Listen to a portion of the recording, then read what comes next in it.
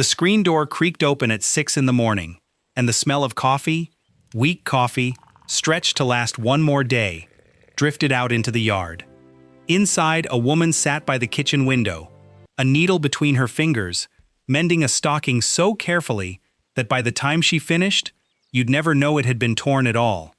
Her husband was out looking for work again, her children were still asleep, and she had exactly 1 hour before the house woke up to make sure that nothing, not one single thing, looked as poor as it actually was. This was America in the 1930s, and the woman at that window, she wasn't unusual, she was everywhere. In every town, on every street, behind every front door that still had its curtains washed and pressed. Stay with us, because by the time we reach number 10, you'll learn the quiet trick women used with strips of old cloth and a hairbrush. A secret passed from mother to daughter that most families have completely forgotten. And number 1, well, number 1 might be the single most remarkable piece of ingenuity in this entire list. A woman with nothing but scissors, thread, and a worn-out dress, turning it into something entirely new. You'll want to see how she did it. Because here's the truth. Almost none of this survives today. Not because women stopped caring, but because somewhere between the Depression and the boom years that followed, America decided it was easier and cheaper to just buy something new. What used to take a needle and an evening now takes a credit card and 5 minutes. We gained convenience. But we lost something too. A whole language of care that lived in a woman's hands, and nowhere else. If any of this brings back your grandmother, your mother, or a story you were told as a child, do us a favor and hit subscribe before we start. This channel exists to remember what they did, and we'd love to have you remember it with us. Now, let's begin at number 25. Number 25. Somewhere in a Midwest kitchen, a woman is unfolding a cotton sack, the kind that once held flour, or sugar, or chicken feed, and running her hand over the fabric like she's already picturing the dress it's about to become. By some accounts, the companies that packaged flour and feed noticed something. Women weren't throwing these sacks away. They were washing them, bleaching out the lettering, and sewing them into dresses, aprons, even children's clothes. So the companies started printing the sacks in floral patterns and soft colors, not because it made the flour taste better, but because it made the sack worth keeping. For a woman with 3 daughters and no money for the store, this was nothing short of a gift. She'd lay out the fabric on the kitchen table, measure by eye, and cut. There was pride in it. A dress cut from a feed sack could still have a sash, a collar, a bit of lace saved from something older. Nobody outside the family needed to know where the fabric had come from. And that was the whole point. A little girl walking to church in a sackcloth dress, hair combed and ribbon tied, looked exactly like every other little girl on that street. Nobody could tell the difference, and that was a small, quiet victory for a mother.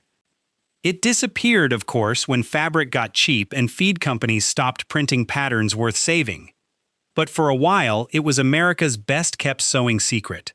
Someone had looked at a flour sack and decided her daughter deserved better than what other people expected.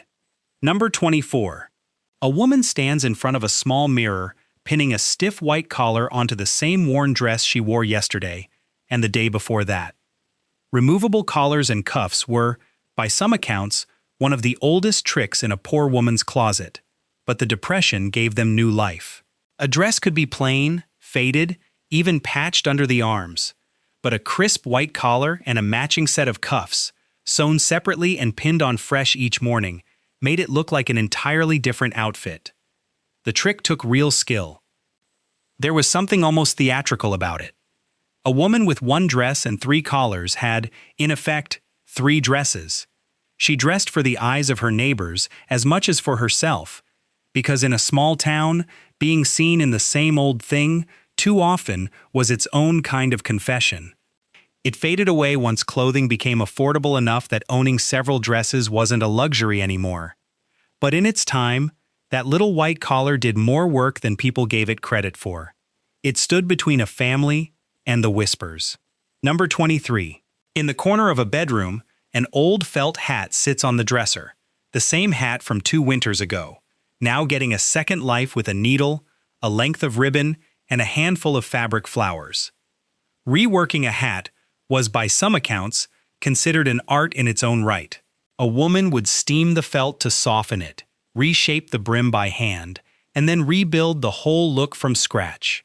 A new ribbon band, a spray of cloth flowers pinned at just the right angle, maybe a bit of netting saved from a hat that had worn out completely. Hats mattered enormously in this era. A woman was rarely seen in public without one, and the hat often said more about her standing than anything else she wore. So reworking last year's hat wasn't just thrifty, it was a way of staying current, staying respectable, without spending a cent she didn't have. Neighbors noticed hats. They noticed a fresh ribbon, a new angle of the brim, a flower that hadn't been there before, and a woman who could make an old hat look new, season after season, earned a quiet kind of respect for it, the respect reserved for someone who clearly knew how to manage.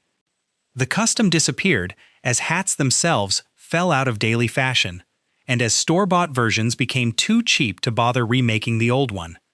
But for years, a good hat, reborn one more time, was proof that a woman hadn't given up on herself or on how her family looked to the world. Number 22.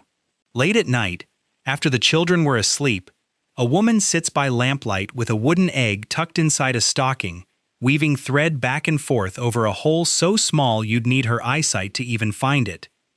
This was darning, a skill every girl learned from her mother, by some accounts starting as young as 8 or 9 years old.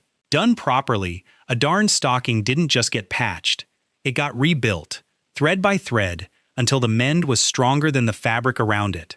A good darner could make a repair invisible from 3 feet away, which, in a one-room schoolhouse or a crowded church pew, was exactly the distance that mattered most. Stockings were expensive, and silk or fine cotton ones were treated like small treasures. A run or a hole didn't mean throwing them away. It meant an hour with the egg and the needle, done so carefully that by morning, nobody would ever know. There was a rhythm to it, almost meditative. Women darned while listening to the radio, while talking with a neighbor, while rocking a fussy baby with one foot. It was the kind of quiet, patient work that never stopped, because stockings never stopped tearing. It faded away once nylon stockings became cheap and, later, disposable enough that darning simply wasn't worth the time. But for years, that tiny woven patch was proof of something larger, a woman who refused to let a small tear become a visible sign of what her family didn't have. Number 21.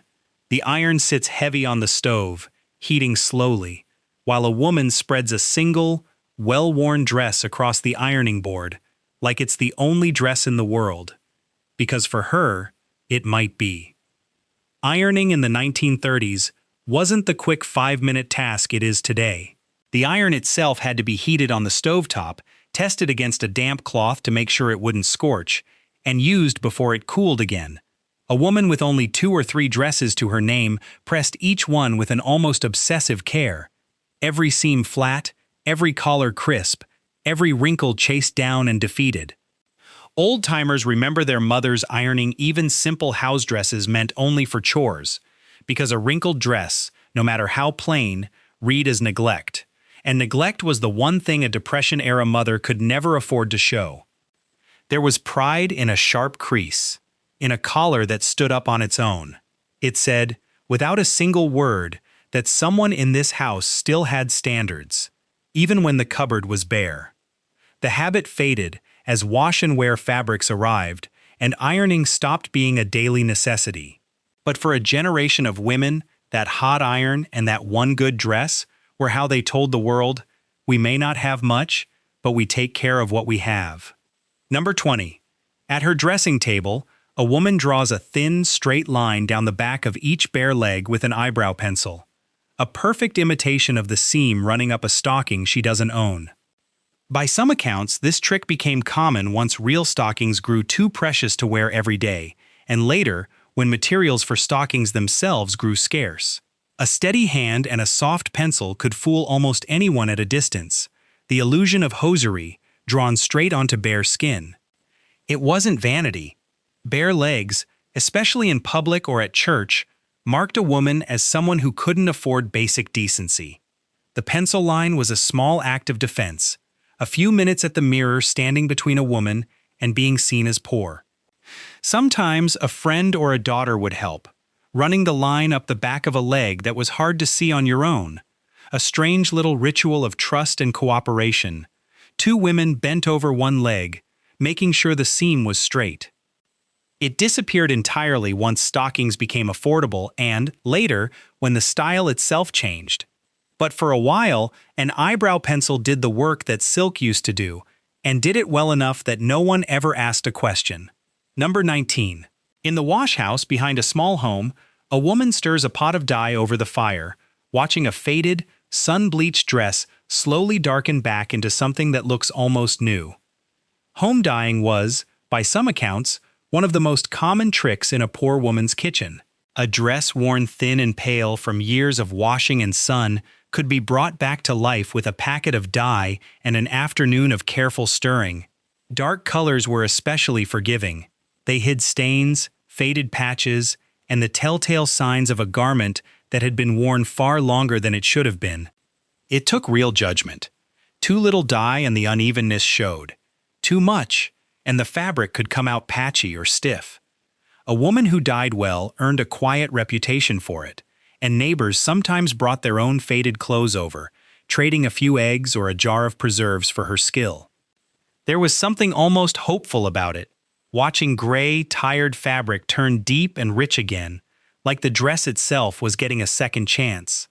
The habit disappeared as clothing became cheap enough to simply replace instead of restore. But for years, that pot over the fire meant one more dress didn't have to be thrown away, and one more family didn't have to look as worn out as they felt. By 1933, roughly 1 in 4 American workers had no job at all.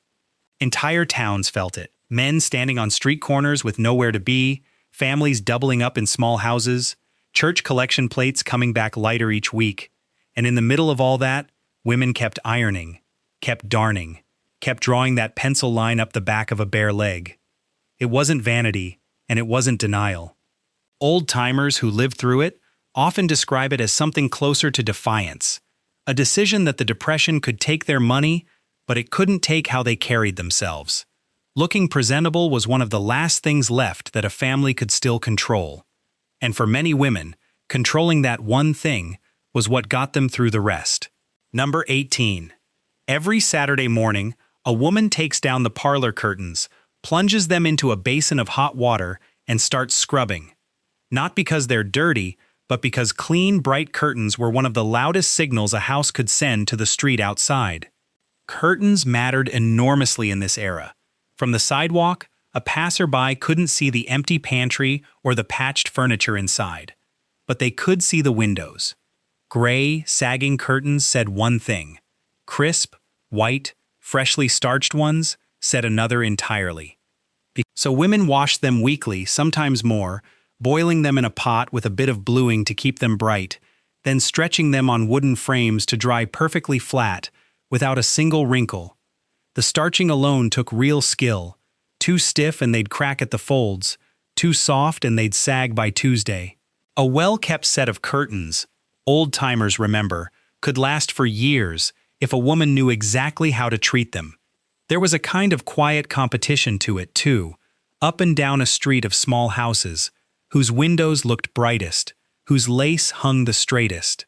Nobody said it out loud. Everybody understood it anyway. The custom faded as fabric care changed, and curtains stopped being the primary way a family announced its standards to the neighborhood. But for years, that weekly wash was a small, exhausting act of pride. Proof, hanging right in the window, that this family was still holding on.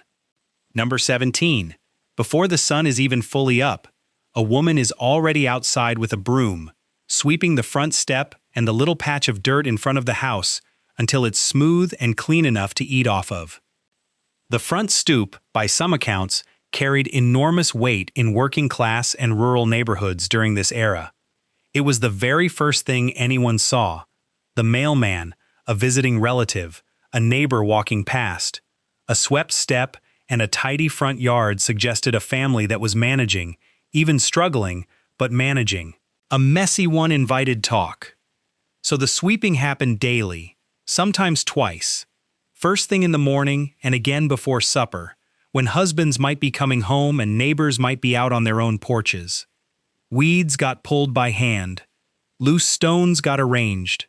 Even a dirt yard, with no grass at all, could look cared for if it was raked smooth and swept clean of debris.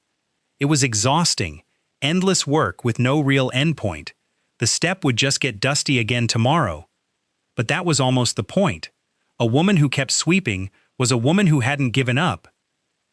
The ritual faded as porches and stoops gave way to different kinds of housing, and as the daily judgment of neighbors softened with time. But for a generation, that morning broom against the front step was one of the clearest statements a family could make without saying a single word. Number 16. In the kitchen, a woman kneels by the stove with a soft cloth, working leftover bacon grease into the leather of her husband's only good pair of shoes until they shine like they just came from a store window. Shoe polish cost money, and money was exactly what most families didn't have. So women improvised. Bacon grease, saved carefully from breakfast instead of thrown away, works surprisingly well as a leather conditioner and shine, a little rubbed in with a rag, buffed out with a dry cloth, and a scuffed old shoe looked almost new again. This mattered more than it might seem today. A man walking into a factory office or a store manager's back room to ask about work was judged, fairly or not, by his shoes. Worn out, dull leather read as desperation. A good shine suggested a man who still had some dignity left to offer. So the ritual happened every evening or every morning before anyone left the house. Grease worked in, buff to a shine, laces checked for fraying. It was a small routine, but a consistent one, repeated so often it became second nature. It disappeared once real shoe polish became affordable and widely available again. But for a stretch of hard years, a family's breakfast grease did double duty, feeding the stomach in the morning and protecting the family's dignity by evening. Number 15. As the sun goes down and the electric bill can't stretch any further, a woman melts old candle stubs and saved wax drippings in a pot on the stove, pouring the mixture into a mold to make a new candle from nothing at all. Homemade candles were a practical necessity in many Depression-era households, especially in rural areas where electricity hadn't fully arrived, or in homes where every extra cent for the light bill had to be justified. But women didn't just make candles that worked, they made candles that looked good. A bit of saved ribbon around the base, a careful, even shape, a color chosen to match the room. Function and appearance, handled at the same time, because why waste the effort otherwise?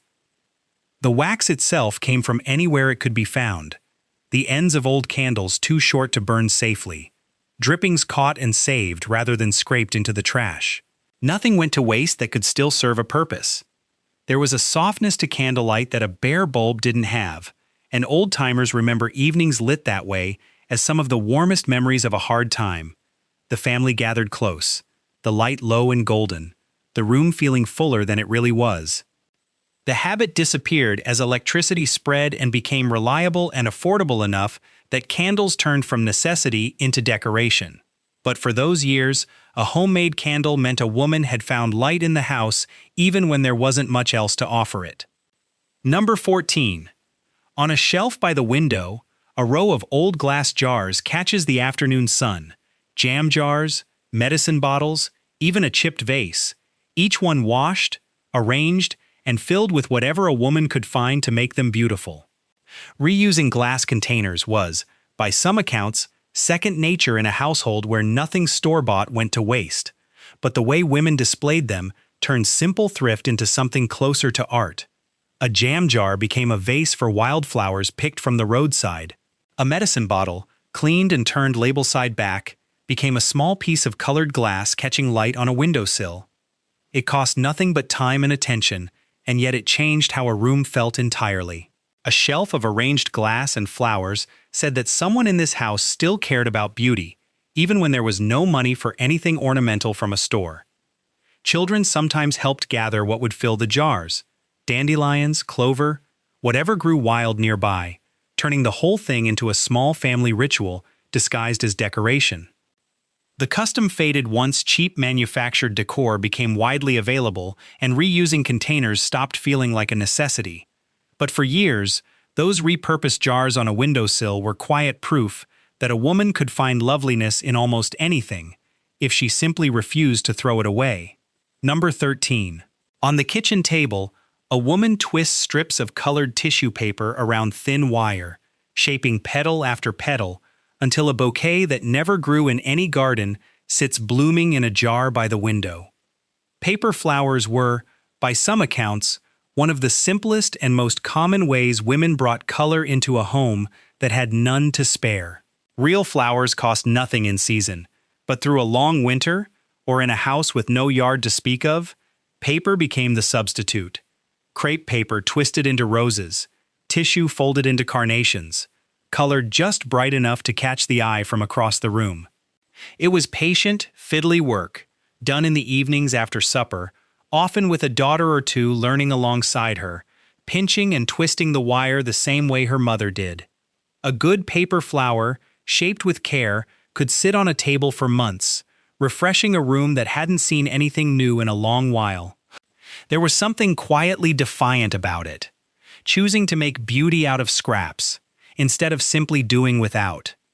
A vase of paper flowers said the house wasn't just surviving, it was still trying. The habit faded as fresh flowers became more affordable and, later, as artificial flowers were mass-produced instead of handmade. But for a time, those twisted paper petals were proof that even in a house with almost nothing, someone had decided it was still worth making it pretty. Number 12. When the sound of a car pulling up outside meant company was coming, a woman moved fast, not to hide what little food she had, but to make it look like exactly enough. Presentation, old-timers remember, mattered as much as the meal itself. A plain dish of beans or a simple stew could be transformed by how it was served. Arranged carefully on the good plate, garnished with a sprig of parsley from the windowsill, set down with a confidence that suggested this was the meal she'd planned all along, not the meal that was all she had. Women developed a whole quiet skill set around this, stretching a small portion to look generous, plating simply but neatly, timing everything so it arrived at the table hot and unhurried. A guest should never sense scarcity, only hospitality. It required a kind of performance, executed so smoothly that most visitors never suspected the effort behind it. And in a community where word traveled fast, a well-served simple meal did real work. It protected a family's reputation as much as any amount of money could have. The custom softened as prosperity returned and abundance stopped needing to be staged. But for years, a carefully plated bowl of beans carried more weight than the beans themselves ever could. Number 11. The table is set with a pressed white cloth, the good dishes brought down from the top shelf, and a simple supper laid out as if it were a feast. Because for the family sitting down to eat it, in every way that mattered, it was. Setting the table properly, even for an ordinary weeknight meal, was one of the clearest ways a Depression-era woman held the line against how little her family actually had. The cloth got washed and pressed, the plates matched, even if there were only 4 of them. Everyone had a proper seat, a proper napkin, silverware laid the way her own mother had taught her. It didn't matter if supper was thin soup and bread. The table itself said, "We still do things properly here. We still sit down together. We still take the time." Children learned table manners at that table, regardless of what was on it. Elbows off, please and thank you, wait until everyone is served. Standards didn't lower just because circumstances had. If anything, old-timers remember, they held on to them even tighter. That daily ritual has mostly disappeared now, worn down by busy schedules and meals eaten standing at the counter. But for a family in the 1930s, that carefully set table, night after night, was where dignity lived. Right there, between the cloth and the plate, whether the meal was grand or barely enough. None of this happened in a vacuum. A neighborhood in the 1930s watched everything, who kept a tidy house, who dressed their children well, who managed to seem like they were holding steady. And that watching wasn't just gossip, it had real consequences. A grocer deciding who could run a tab until payday. A landlord deciding who got a little more time on the rent. A foreman deciding who got called back first when the factory needed hands again.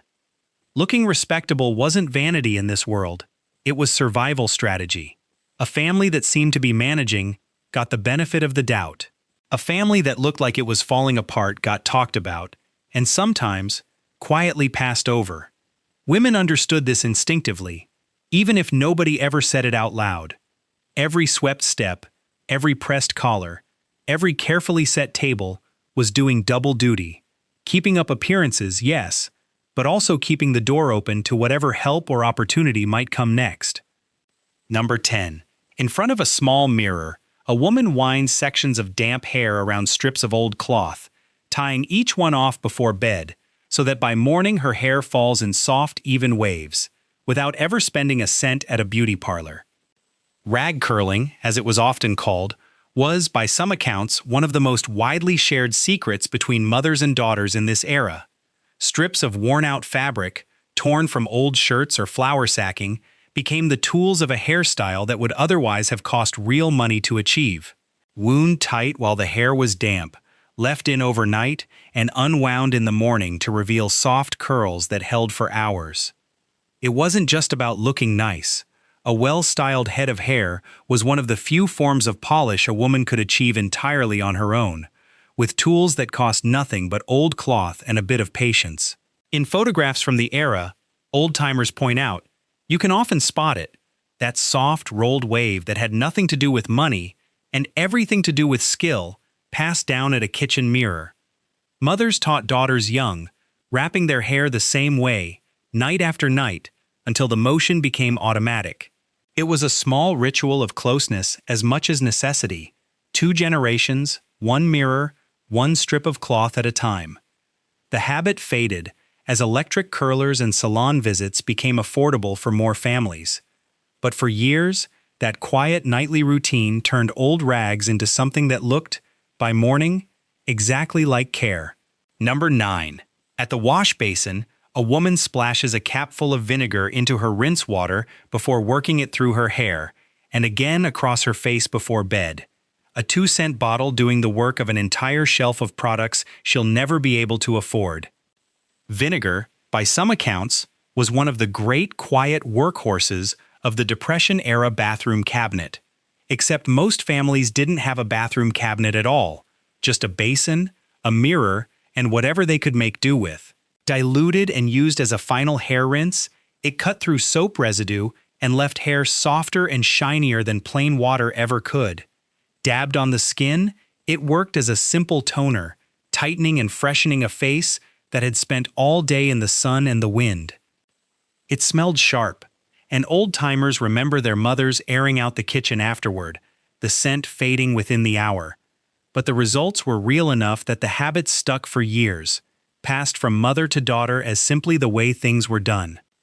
There was nothing glamorous about a bottle of vinegar on a washstand, but it did quietly what expensive products promised to do, and it did it for pennies, in a house where pennies were everything. The habit faded as commercial shampoos, conditioners, and toners became affordable and widely marketed. But for a generation of women, that sharp, familiar splash was simply what beauty care looked like. Number 8. On the edge of the dresser sits a small tin of petroleum jelly, worn smooth around the lid from constant use, for chapped hands, for tired eyes, for lips cracked from the wind, for anything at all that needed softening. Petroleum jelly was, by some accounts, one of the few genuinely affordable beauty products available during these years, and women stretched its use across nearly every need in the house. A dab smoothed rough elbows and cracked heels. A thin layer, worked carefully into eyebrows and lashes, gave a soft shine that stood in for the mascara and brow products she couldn't buy. Even makeup itself, when a woman was lucky enough to have a little rouge or a stub of lipstick, often got removed with the same small tin, saving the cost of a separate remover entirely. It lived on nearly every dresser and windowsill in the country, the one small luxury that wasn't really a luxury at all, just a tin of jelly doing the work of 5 or 6 products a wealthier woman might have owned. There was something almost tender about its constant presence. The same small tin used on a baby's chapped cheeks, a husband's cracked hands, and a woman's own tired face, all from the same jar, never quite empty. The habit never fully disappeared, though its role narrowed considerably once specialized products for every part of the body became cheap and widely available. But for years, that one small tin was, quite literally, an entire beauty routine in miniature. Number 7. At her mirror, a woman presses a small amount of dry, colored clay onto her cheeks, blending it with her fingertips until a soft flush appears. The closest thing to store-bought rouge she'll have this year. Homemade rouge took many forms, depending on what a woman had on hand. By some accounts, crushed flower petals, colored clay, or even beet juice, dried and ground fine, could all be worked into a usable powder or paste. The color was never quite as vivid or as long-lasting as a real compact from the drugstore, but applied with a careful hand, it did the job. A healthy-looking flush on cheeks that, more often than not, were simply pale from too little food and too much worry. It took real skill to get the shade right and blend it so it looked natural rather than obvious. Too much, and it read as clumsy. Just enough, and nobody would guess it hadn't come from a proper compact at all. For many women, this was less about vanity and more about not looking as tired and worn as they felt. A little color said, at a glance, that she was managing fine, even on the mornings she wasn't. The habit disappeared as inexpensive cosmetics became widely available after the war. But for a while, a pinch of clay and a steady hand gave women back a small piece of the healthy color that hard years had quietly taken from their faces. Number 6. In the garden, a woman gathers rose petals into a jar, covers them with a bit of alcohol, and sets the whole thing on a windowsill to steep, waiting patiently for something that will, weeks later, smell like she spent real money on it. Homemade perfume was, by some accounts, a small luxury that women found ways to create almost entirely from what grew around them. Rose petals were the most common choice, though lavender, lilac, and other fragrant blooms worked just as well. Left to steep for days or weeks, strained carefully, and stored in whatever small bottle could be spared, the result was a soft, natural scent. Nothing like a department store fragrance, but real perfume all the same. It was one of the few beauty rituals rooted purely in pleasure rather than necessity. Nobody needed to smell nice to keep a job or manage a household. This one was just for her. A small, private indulgence made from a garden instead of a counter. Women often gave small bottles of it as gifts, too, a homemade version of an extravagance neither the giver nor the receiver could otherwise afford.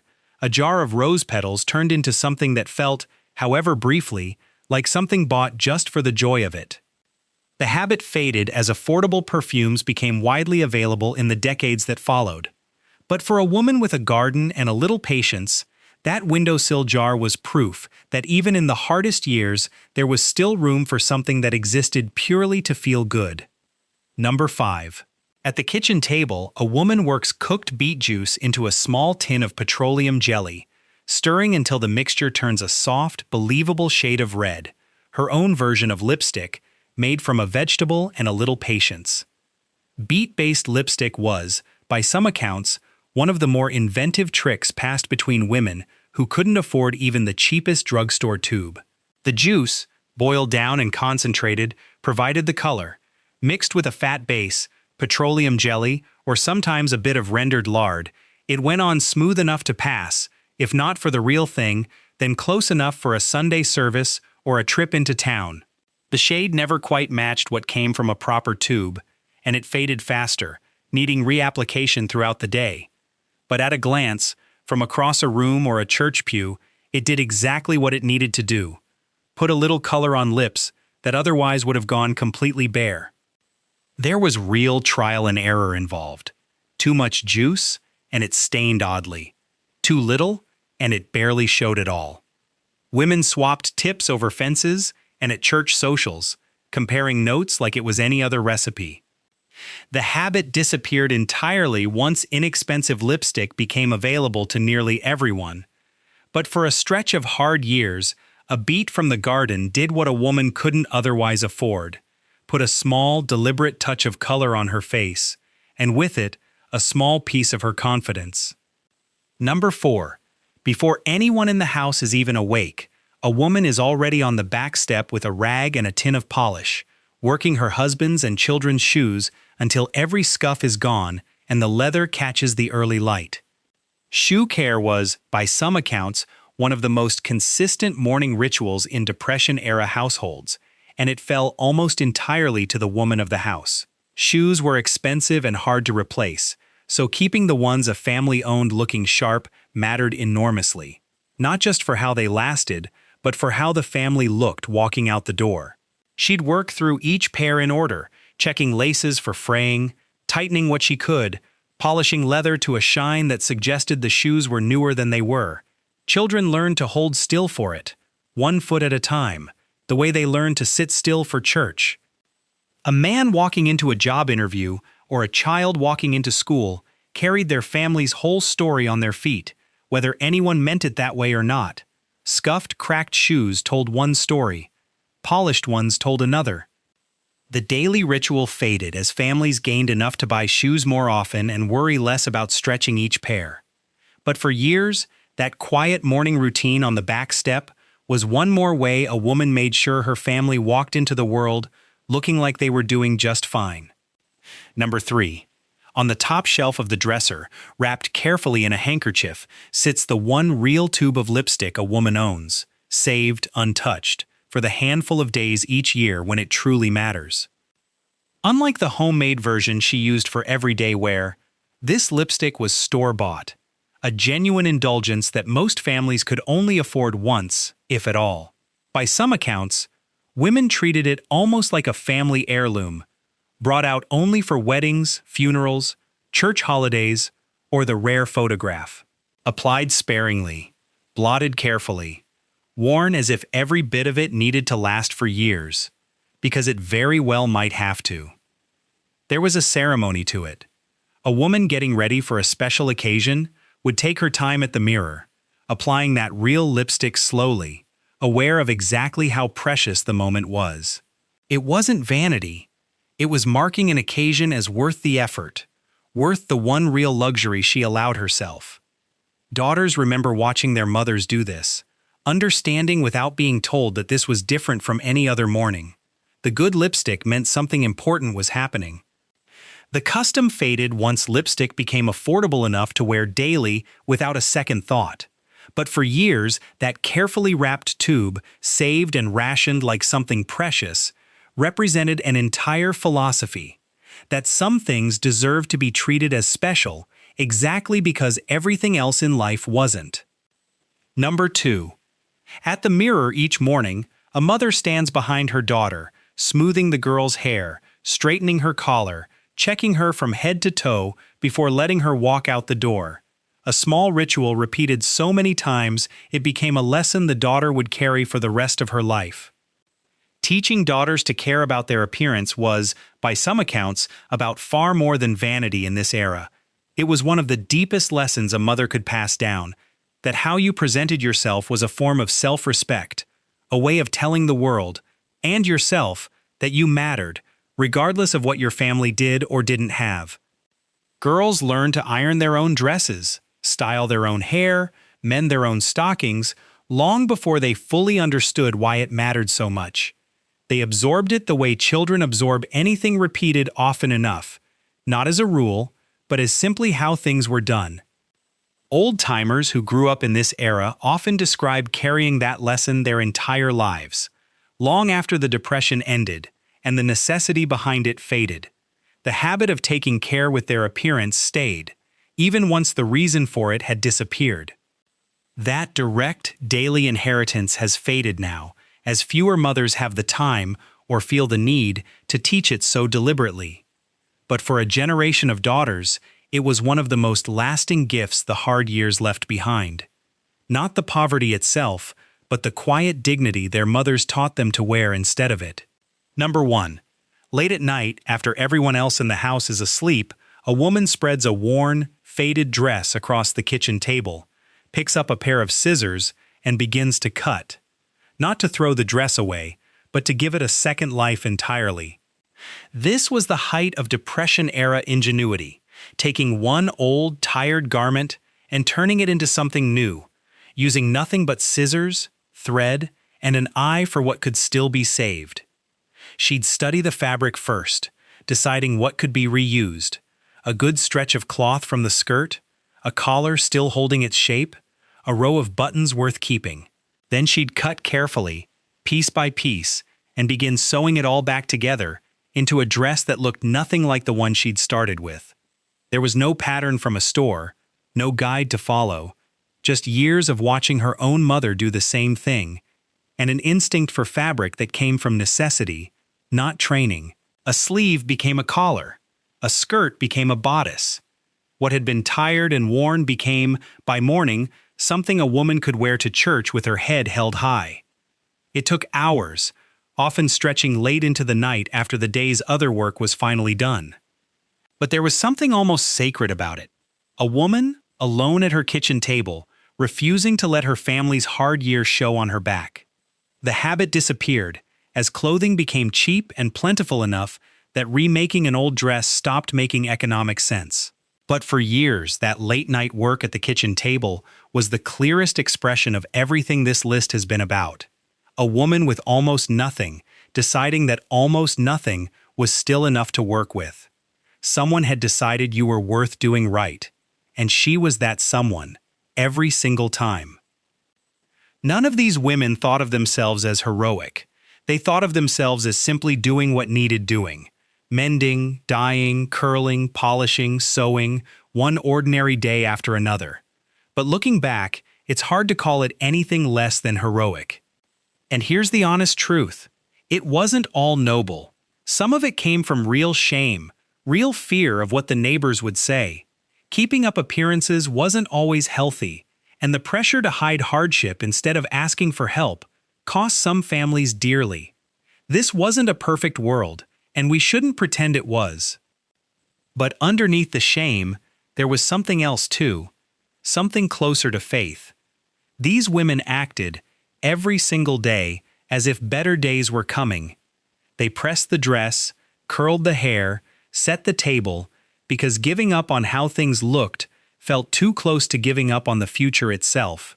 And for most of them, eventually, better days did come. If your mother, your grandmother, or your great-grandmother lived through any of this, we'd love to hear her story. Which of these habits do you remember from your own family? Did your grandmother darn stockings? Or make her own rouge? Or teach you that a pressed collar mattered even when nothing else did? Tell us in the comments. This channel exists because people like you remember, and we'd love to know what you remember too. And if you want to go even deeper into what it took for families to survive those years, go back and watch our episode, 25 Forgotten Great Depression Habits That Saved American Families.